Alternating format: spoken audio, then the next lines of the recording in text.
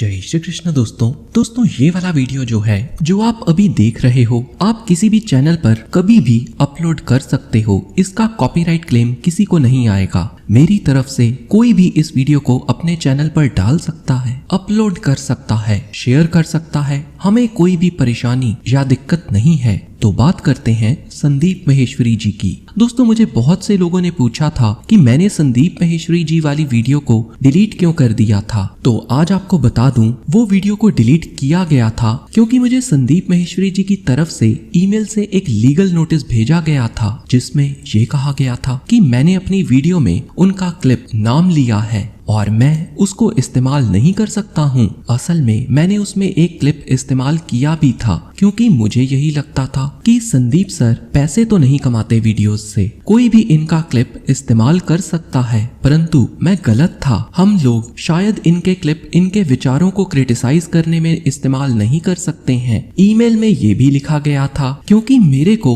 उनका नाम इस्तेमाल करने का अधिकार नहीं है और शायद उनको उस कंटेंट में भी कुछ ऑब्जेक्शन था। तो मैंने तुरंत ही वीडियो को प्राइवेट कर दिया। बताना चाहूंगा, नोटिस 9 मई 2019 को मिला था। वीडियो प्राइवेट कुछ सेकंड बाद ही कर दिया गया था और मैंने ईमेल करके उनसे पूछा कि वीडियो के किस हिस्से में ऑब्जेक्शन है। तो मुझे रिप्लाई आया था कि पूरी की पूरी वीडियो पर ही उनको ऑब्जेक्शन है। तो मैं आगे बात करना नहीं चाहता था। वीडियो प्राइवेट करके बात को वहीं पर समाप्त कर दिया गया। वीडियो प्राइवेट का मतलब था वीडियो चैनल पर तो रहेगी, परंतु मेरे सिवा कोई भी उसको देख नहीं सकता था। पहले उनको भी ये ठीक लगा, पर पता नहीं फिर क्या हुआ। 10 सितंबर 2019 को एक कॉपीराइट स्ट्राइक भेजा गया संदीप महेश्वरी जी की तरफ से, जिसमें लिखा था कि मैं वीडियो को हटा दूं। YouTube ने इस कॉपीराइट स्ट्राइक को माना ही नहीं क्योंकि जो वीडियो क्लिप इस्तेमाल किया गया था वो बहुत ही छोटा था, केवल 15 सेकंड का। परंतु फिर भी मैंने वीडियो को हटा दिया।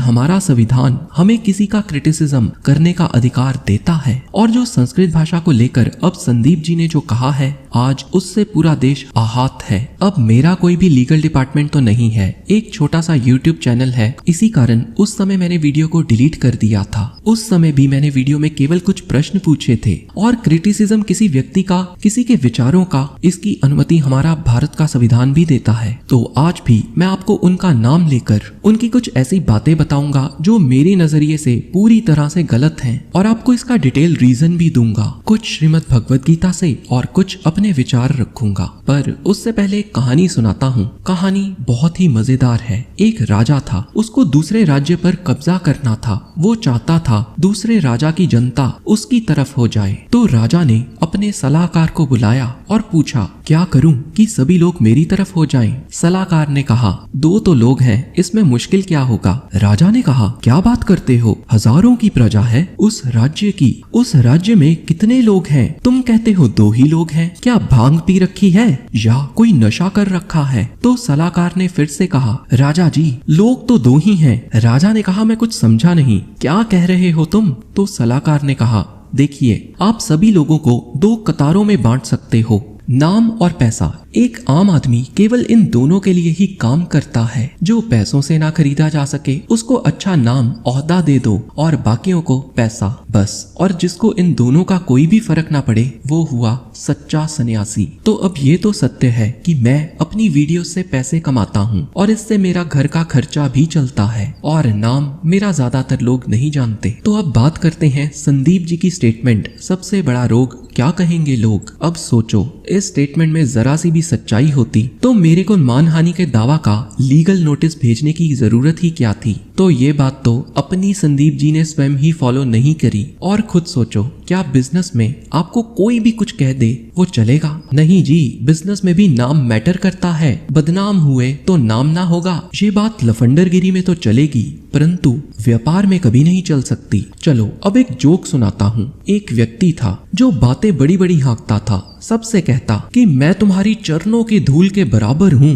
अब ये बात सुनकर सब कहते, अरे नहीं, आप तो महान हो। एक दिन एक नटखट व्यक्ति इसके सामने आया तो इसको भी इसी ने कहा, मैं तो तुम्हारे चरणों के धूल के बराबर हूँ। इस नटखट व्यक्ति ने कह दिया, हाँ बिल्कुल सच कहा, ये तो सच है। इसने कहा, क्या कह रहे हो, मैं तुम्हारी चरणों के धूल के बराबर कब हुआ? तो नटखट व्यक्ति ने कहा, मैंने कब कहा? मैंने तो कहा आप सच कह रहे हो। जो तुमने कहा मैंने उसको सच माना, बस दूसरे नहीं मानते थे, मैंने सच मान लिया और तुम आग बबूला हो गए। असल में हमें लगता है कि जितने भी सफल लोग हैं, अमीर हैं, बिजनेस करके उन्होंने अच्छा खासा पैसा कमाया, हम लोग भी उनके सेशन लगाकर उन जैसे सफल हो जाएंगे। ऐसे ही दावे कुछ मोटिवेशनल स्पीकर्स भी करते हैं कि मैंने जो भी किया तुम्हें सिखा दूंगा। अब संदीप सर ने पहले लॉ ऑफ अट्रैक्शन की खूब बड़ाई की, खुद कहा कि लॉ ऑफ अट्रैक्शन एकदम सही है, परंतु फिर कुछ दिनों बाद उनको बोध हो गया कि लॉ ऑफ अट्रैक्शन पूरी तरह से गलत है। अब इस बीच में एक चीज तो स्पष्ट हो गई, जो भी संदीप माहेश्वरी सर खुद फॉलो करते हैं,